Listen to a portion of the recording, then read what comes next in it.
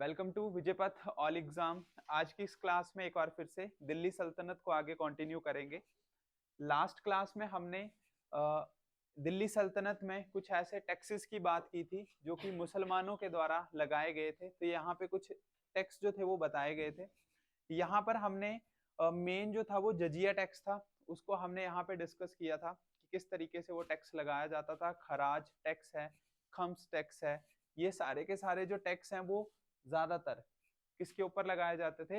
भूमि के ऊपर लगाए जाते थे, जमीन के ऊपर जो थे वो सारे के सारे टैक्स ये लगाए जाते थे। ये ऑलरेडी हमने किया था, जकात टैक्स किया था।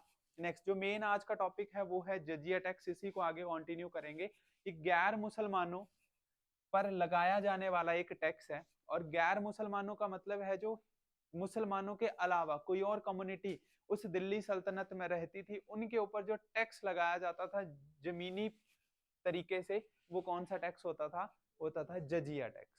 ठीक है, यहाँ पर इनको कुछ हिस्सों में बांटा गया था। जैसे जो भी टैक्स लगाते थे उनको 12, 24 और 48 दिरहम जो था वो जजिया टैक्स देना पड़ता था, यानी कि यहाँ पे वो पैसा देते थे। बाकी जो आपने टैक्स यहाँ पे देखे हैं उन टैक्सों में आपको ये पता चला होगा कि कुछ में पैसा दिया जाता था, कुछ में जमीन दान में दी जाती थी, और कुछ में जमीन से जो भी उपज उनको मिलती थी, जो फसल उनको मिलती थी, वो हिस्सा दान किया जाता था। बट यहाँ पे जजिया टैक्स में क्या दान किया जा रहा है? किस चीज की बात की जा रही है? दिरहम की, पैसों की बात की जा रही है। नेक्स्ट इसके बाद है ब्राह्मण, महिलाएं, बच्चे, भिखारी, अपंग, ये सारे के सारे लोग, उसके साथ पुजारी और जो वृद्ध पुरुष थे, वो सारे के सारे इस टैक्स से मुक्त थे। उनके ऊपर ये टैक्स नहीं लगाया जाता था। यानी कि इसमें से कौन बच गया फिर? इसमें से जो नॉर्मल ह्यूमन है, जैसे अगर हम नॉर्मल बात करें, हिमाचल सरकार ने 1500 देने की बात की, ठीक है, इलेक्शन जीत गए, तो पहले कंडीशन लगाई गई थी कि 18 साल से लेके 18 से लेके 60 ईयर तक जितनी भी लेडीज उन सभी को क्या दिया जाएगा? 1500 दिए जाएंगे। फिर धीरे धीरे जैसे साल बीतते गए, टाइम आता गया, ठीक है, तो ये अपनी बातों को जो था वो थोड़ा सा मोल्ट करते गए। मना नहीं कर रही है सरकार की हम 1500 नहीं देंगे, बट कंडीशनें लगा दी। पहले कंडीशन ये लगा दी कि घर में 2 लेडीज हैं तो एक को मिलेगा। फिर कंडीशन ये लगा दी कि अगर कोई ऑलरेडी कोई सैलरी होल्डर है, या फिर किसी अगर कोई लेडी को कोई भी पेंशन अगर लगी हुई है तो उनको फिर 1500 नहीं दिए जाएंगे। ठीक है, फिर कंडीशन ये लगा दी कि हिल एरिया वाले को ज्यादा मिलेगा। फिर कंडीशन ये लगा दी कि जो मनरेगा में ऑलरेडी काम करता है सिर्फ उनको दिए जाएंगे। फिर ये बोला गया कि जो आईआरडीपी में है सिर्फ उनको दिए जाएंगे। तो उसी तरीके से ये जजिया टैक्स जो है, इसमें जो नॉर्मल पर्सन था ये टैक्स उसी के ऊपर लगाया जाता था। बाकी कुछ ऐसे पर्सन थे कुछ इस क्राइटेरिया के, उनको इस टैक्स से फ्री रखा गया था, उनके ऊपर ये टैक्स नहीं लगता था।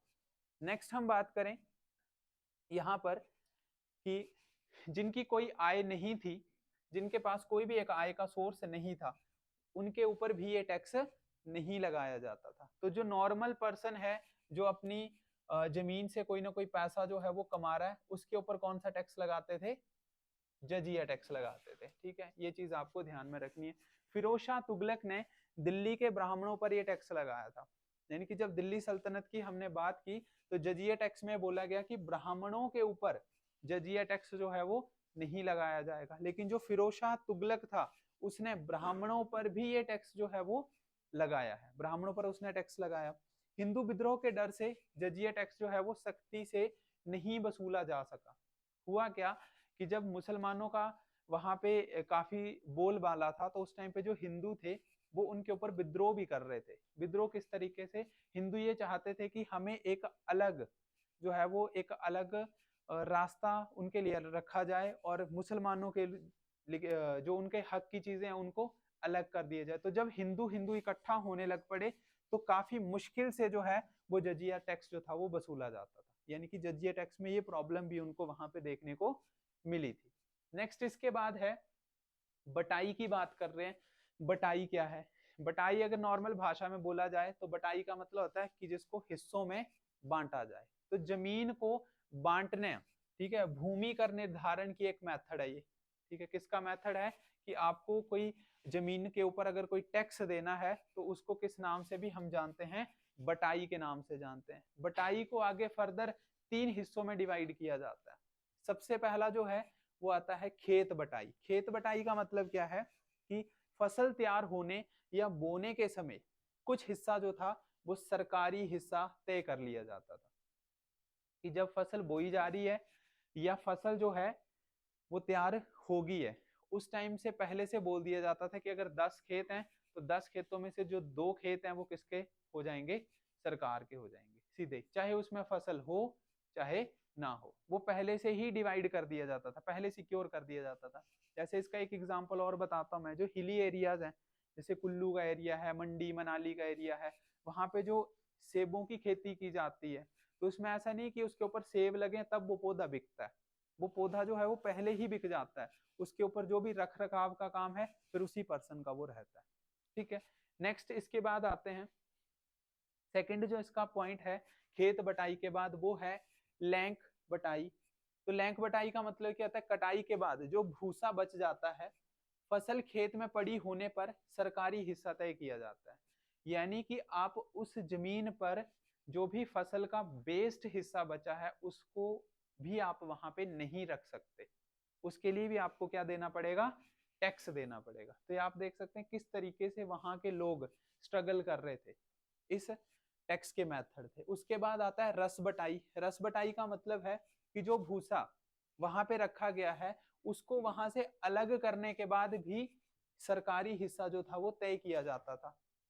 भूसा अलग करने के बाद का मतलब क्या है, जैसे गेहूं की बात करते हैं, सिंपल सिंपल गेहूं को काटा, आपने उसको अपने खेतों में रख दिया, तो जो गेहूं आपने रखी है वो किस में चली जाएगी, लौक बटाई में चली जाएगी। ठीक है, फिर जब आपने ट्रैक्टर से उसको काट दिया, भूसा अलग हो गया, गेहूं अलग हो गई, तो भूसा भी कहाँ पे रखा हमने, अपनी जमीन पे रखा, तो उसके लिए भी आपको क्या देना पड़ेगा, टैक्स वहां पे देना पड़ेगा। मतलब हर किसी तरीके से क्या है, टैक्स है। जैसे अगर नॉर्मल सी बात करें, अगर कोई एक पर्सन गाड़ी लेता है तो गाड़ी खरीदने से लेकर उसके एक्सपायर होने तक, गाड़ी के एक्सपायर होने तक, क्योंकि गाड़ी का टाइम पीरियड होता है 15 साल का, तो हर टाइम उसको क्या देना पड़ता है, टैक्स देना पड़ता है। चाहे वो पेट्रोल की बात करें, चाहे वो सर्विस की बात करें, इंश्योरेंस की बात करें, लाइसेंस की बात करें, गाड़ी चलाने से लेके उसको रख रखाव तक हर बार उसको क्या देना पड़ रहा है, टैक्स देना पड़ रहा है। तो उसी तरीके से यहाँ पर ये टैक्स दिए जाते थे, और जो सारे के सारे किसके अंडर होते थे, उस राजा के अंडर होते थे। यानी कि किसी भी तरीके से वहां पे भेदभाव की बात नहीं की गई थी। जो राजा था, जो सुल्तान था, वो जबरदस्ती वो उनसे क्या वसूलता था, टैक्स जो था वो वसूल लेता था। नेक्स्ट आता है मुक्ताई। मुक्ताई क्या है, भूमि कर निर्धारण की एक मिश्रित प्रणाली है। मुक्ताई का मतलब होता है जिसमें कुछ हिस्सों के ऊपर आपको फ्रीडम मिल जाती है। जैसे अगर हम घर में गेहूं कटवाते हैं, मान के चलो कि कोई ट्रैक्टर लगा किसी और की जमीन पे, तो कई बार ऐसा होता है कि हम उनकी जमीन पे ही रख देते हैं गेहूं और वहीं पे कटवा लेते हैं, ऐसा हम करते हैं, लोकल लेवल पे चीजें की जाती हैं। ठीक है, तो वो चीज होती है मुक्ताई, जिसमें आपको कुछ हिस्सों के लिए आपको फ्रीडम दे दी जाएगी कि जब आप उस टैक्स से क्या कर सकते हैं, बच सकते हैं, उस टैक्स से आप बच सकते हैं। जैसे टोल टैक्स होता है, टोल टैक्स में बचने का अलग अलग एक्सपीरियंस है हर किसी का। ठीक है, तरीका है कि जैसे पुलिस वालों से बचना, तो अगर ट्रिपल बैठे हैं तो एक को पहले पीछे उतार दो, ठीक है, फिर दोनों आगे चले जाओ। ठीक है, पुलिस वालों से बच गए, फिर जो पैदल आ रहा होगा उसको फिर से बिठा लो, होता है इस तरीके से।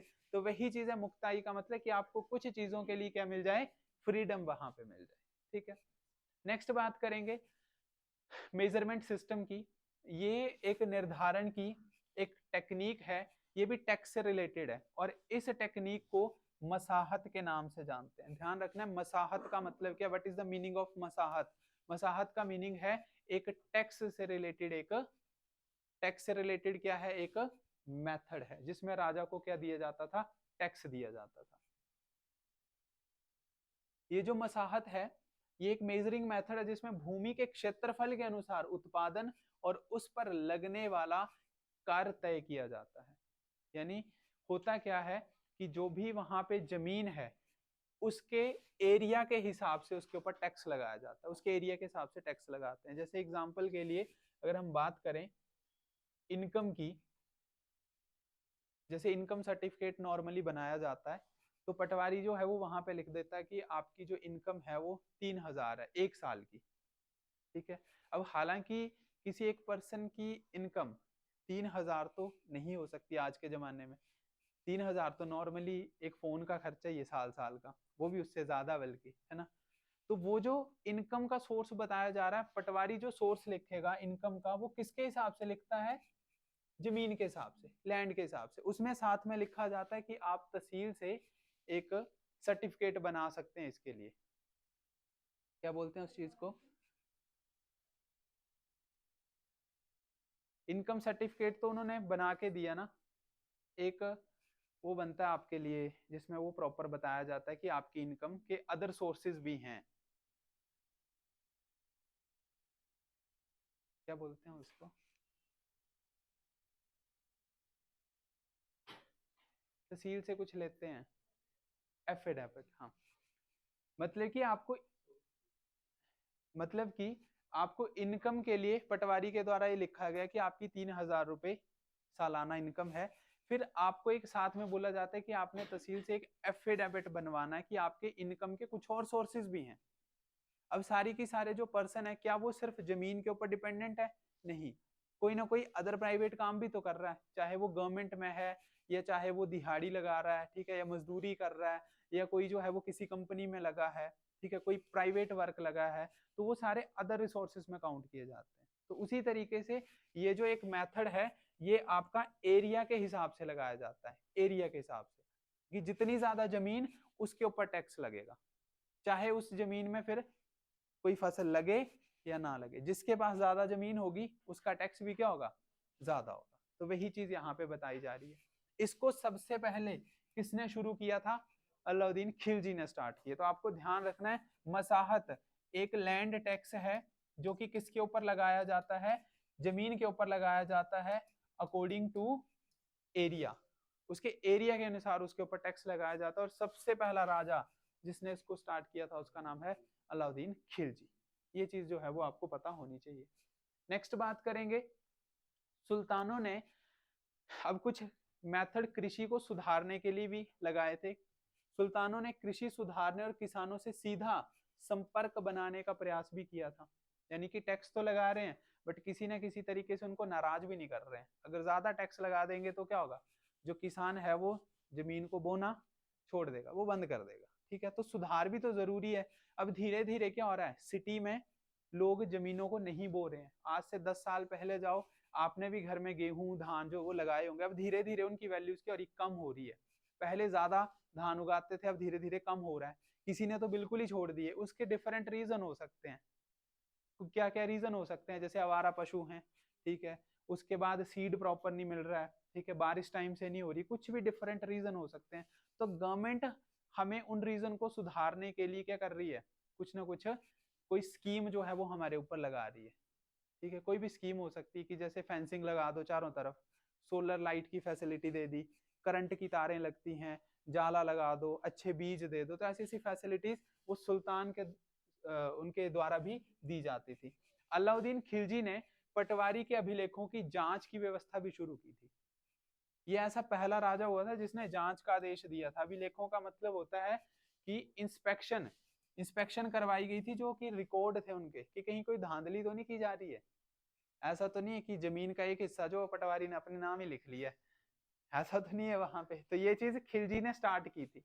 बाजार नियंत्रण की नीति की सफलता के कारण अलाउद्दीन ने भूमि कर वस्तु के रूप में लेना पसंद किया था।